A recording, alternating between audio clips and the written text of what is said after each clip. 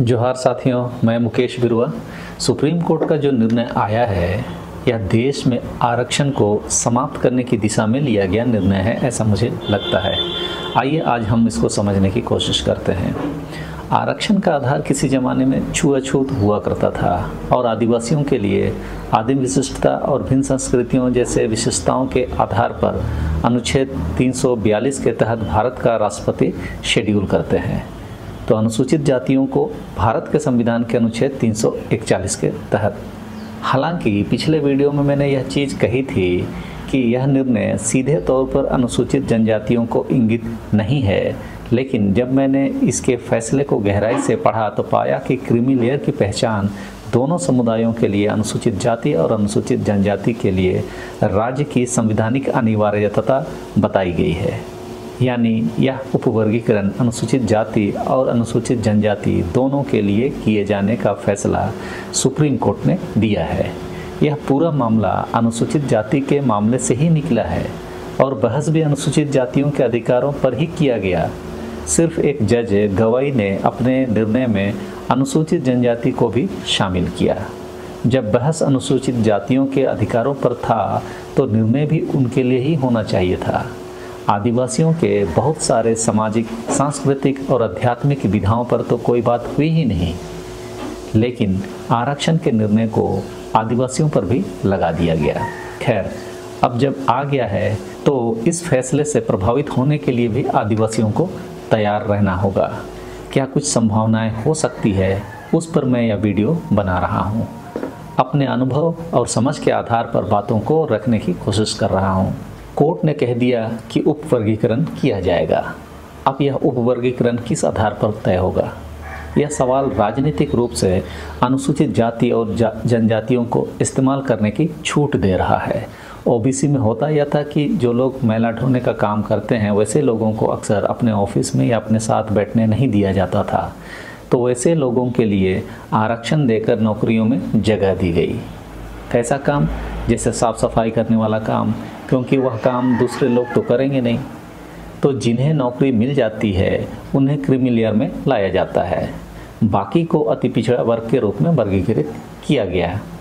तो ओबीसी के लिए तो ठीक है, लेकिन दलितों में या आदिवासियों में यह क्रीमी लेयर कैसे डिसाइड होएगा? हमने कुछ सालों से, चाहे मेडिकल में बहाली के समय की बात हो या कई जगहों पर नौकरी में अनुसूचित जनजाति के लोगों को इस आधार पर छांट दिया जा रहा है कि वे योग्य नहीं हैं। माना कि कुछ लोग पढ़ने लिखने में संपन्न हो गए हैं, लेकिन यदि गांव वालों को सिर्फ आरक्षण की सुविधा देंगे तो माना कि वे लोग इंजीनियर या डॉक्टर की पढ़ाई में दाखिला भी ले लेंगे।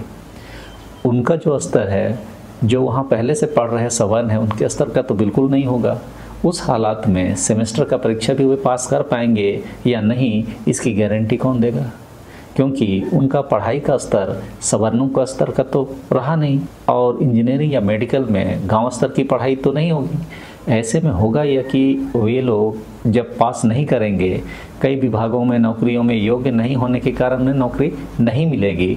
जैसा कि हमने हालिया दिनों में उत्तर प्रदेश के मामले में भी देखा कि योग्य उम्मीदवार नहीं मिल रहे हैं, इसलिए उन्हें नौकरियों में नहीं रखा जा सका। फिर जो पद हैं वो रिक्त रहेंगी, कालांतर में उन जगहों को सवर्णों से भरा जाएगा। तो फिर दलित और आदिवासियों के हाथ में क्या लगा? आप चीज़ों को समझ रहे होंगे। जो दलित सवर्णों के साथ compete कर सकते हैं, जो आदिवासी अगड़ी जातियों के साथ compete कर सकते हैं, उन्हें सुप्रीम कोर्ट के इस फैसले के एवज में आरक्षण से हमने बाहर कर दिया। उस हालात में वैसे लोगों को उन जगहों को भरने के लिए लाया जाएगा जो मानसिक तौर पर तैयार ही नहीं है, वैसे कॉलेजों में और विज्ञान का विषय पढ़ने के लिए आदि आदि। अभी के हालात में होगा यह कि राजनीतिक पार्टियां लोक लुभावन घोषणाओं से लोगों को बरगलाने की कोशिश करेंगे, क्योंकि संविधान का अनुच्छेद 341 और 342 में संशोधन संविधान संशोधन के मार्फत ही आ सकता है। यानी दलित और आदिवासी की घोषणा संविधान संशोधन से ही संभव है।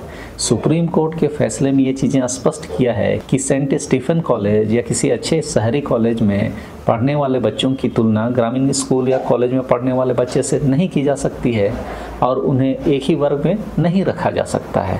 सही है कि दोनों को एक वर्ग में रखा नहीं जा सकता, लेकिन जो गांव में रहता है वह क्या सेंट स्टीफन कॉलेज में दाखिला ले पाएगा? तो वो जगह जो दलित या आदिवासी के लिए आरक्षित है वह जगह खाली रह जाएगा, क्योंकि जो हमारी शिक्षा व्यवस्था है, जो अन्य सामाजिक न्याय की सुविधाएं हैं, वहाँ तो गांव स्तर तक पहुँची ही नहीं। क्या गांव के स्कूल में पढ़कर कोई छात्र इंजीनियर या मेडिकल की परीक्षा पास कर सकता है? नहीं। अपवादों को छोड़कर जब सरकार ने ऐसी व्यवस्था ही नहीं दी है जिससे गांव के स्कूलों से पढ़कर शहर की इंजीनियरिंग या मेडिकल या दूसरे कॉलेजों में छात्र क्वालिफाई कर सके, तब सुप्रीम कोर्ट के इस फैसले को राज्य सरकारें किस तरह से पालन करवाएंगे? कब तक योग्य उम्मीदवार की कमी का बहाना बना के काम चलाता रहेगा? इस फैसले से अनुसूचित जाति और अनुसूचित जनजाति में वर्गीकरण के नाम पर समाज को कई वर्गों में बांटा जा सकेगा, जिसका फायदा और राजनीतिक ध्रुवीकरण के लिए राजनीतिक पार्टियां धड़ल्ले से कर सकेंगे।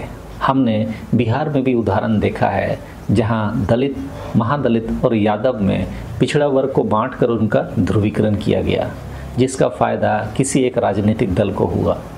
उसी तरह उत्तर प्रदेश में भी यादवों को अपने ही समाज के दूसरे वर्गों के साथ अलग थलग करने के लिए राजनीतिक ध्रुवीकरण किया गया। यह तो साक्षात उदाहरण है हमारे सामने। यदि सरकारों पर छोड़ा और सरकार के इरादे नेक नहीं, तब तो समझ लीजिए सुप्रीम कोर्ट के इस फैसले का बेजा इस्तेमाल से ये लोग पीछे नहीं हटेंगे। नुकसान अनुसूचित जाति और जनजाति का होना स्वाभाविक है। इसमें कई सारे सवाल भी उठाए गए हैं, उस पर भी हमारा ध्यान जाना चाहिए, जो हैं स्वाभाविक। देखिए, जो भी लोग अनुसूचित जाति और जनजाति में साधन संपन्न हो गए हैं, उनकी जिम्मेवारी बनती थी कि वे अपने पीछे समाज को भी आगे ले आने में अपनी भूमिका निभाते। अभी हो क्या रहा है कि एक आदमी डॉक्टर या इंजीनियर बना तो वह अपने बच्चों को उसी आरक्षण का सुविधा दिलाते हुए डॉक्टर इंजीनियर बना देता है। हायर स्टडीज में कुछ एक परिवार के लोगों का कब्जा बदस्तूर जारी रहता है। जो लोग पीछे छूट गए हैं उनके पास आगे बढ़ने के बहुत ज़्यादा साधन नहीं हैं, क्योंकि सरकार की व्यवस्था इस मामले में नहीं के बराबर है। या यूँ कहें कि प्राइवेट स्कूल कॉलेजों का टक्कर सरकारी स्कूल कॉलेज नहीं दे पाएंगे। ऐसे में जिस तरह राइट टू एजुकेशन एक्ट में 25% सीट स्थानीय और गरीब लोगों के लिए आरक्षित है, लेकिन क्या आपको पता है कि आपके अगल बगल जो सरकारी और प्राइवेट स्कूल हैं उसमें इसका पालन हो रहा है? शायद नहीं पता होगा। राइट टू एजुकेशन एक्ट के तहत यह जरूरी है, लेकिन उसका अनुपालन नहीं होने के लिए सारी व्यवस्थाएं लगी रहती है, चाहे वो प्रशासन हो या सरकार हो। वैसे में जब नौकरियों में आरक्षण का लाभ लेने की स्थिति आती है, तब गांव के छात्र उसके योग्य नहीं बन पाते। ऐसा कई राज्यों के मंत्रियों ने ऑफिशियली बयान दिया कि नौकरियां तो भरी पड़ी है, लेकिन योग्य उम्मीदवार हमें नहीं मिल रहे हैं। कुछ भी हो, सुप्रीम कोर्ट के इस फैसले को लागू करने के लिए बहुत बड़े स्तर पर सर्वेक्षण की आवश्यकता है, या सीधे कहें तो जातीय जनगणना की ज़रूरत है। और मोदी सरकार ने जातीय जनगणना के बारे में स्पष्ट किया है कि वह इसके पक्ष में नहीं है। अंग्रेज़ों के समय में जातीय जनगणना हुआ था, जिसके आधार पर लोगों को आरक्षण मिला था। अभी जातीय जनगणना जब तक नहीं होगा, तब तक जाति के अंदर जाति कोई नहीं पहचान सकता। तो इस वीडियो में मैं यह कहने का कोशिश कर रहा हूँ कि इस फैसले से राजनीतिक पार्टियों को राजनीतिक मकसद के लिए ध्रुवीकरण का माध्यम मिल जा रहा है। समाज के अंतिम व्यक्ति को संवैधानिक और कानूनी सुविधाओं का फायदा मिल रहा है या नहीं, यह समीक्षा की बात है। लेकिन इस फैसले ने वैसा करने की आज़ादी राज्य सरकारों को दे तो दी है। इस फैसले की समीक्षा व्यापक स्तर पर हम आदिवासियों को भी करने की ज़रूरत है, ताकि समाज के अंतिम पंक्ति में खड़े व्यक्ति को भी आगे लाने का प्रयास हमें करना चाहिए। नौकरी की सुविधा सिर्फ क्रीमी लेयर के लोगों के लिए ही है, ऐसा नहीं होना चाहिए। जो भी तथ्य कोर्ट के सामने लाए गए, उसके आधार पर लिए गए इस निर्णय से आने वाले समय में आरक्षण को पूरी तरह से समाप्त करने के आसार बढ़ गए हैं। मैंने एक्चुअली जो भी निर्णय के बिंदु हैं उसके लिए वीडियो बनाने का सोचा था, लेकिन उसके सार को जब मैंने देखा तो चौंक गया, क्योंकि जो तर्क प्रस्तुत किया जा रहा है वह हमारे समाज को कई भागों में बांट देगा और बटा हुआ समाज राजनीतिक पार्टियों का चारागाह बन जाएगा।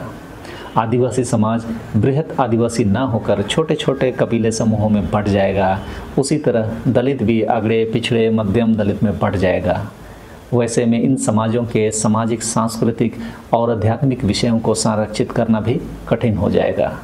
आरक्षण तो जाएगा ही, इन समाजों की सांस्कृतिक विरासत को बचाना भी नामुमकिन हो जाएगा।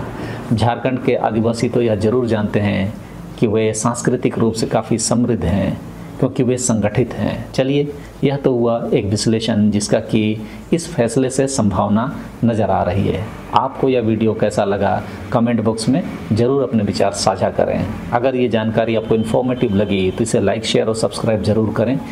इस वीडियो में इतना ही। सबों को धन्यवाद। जोहार।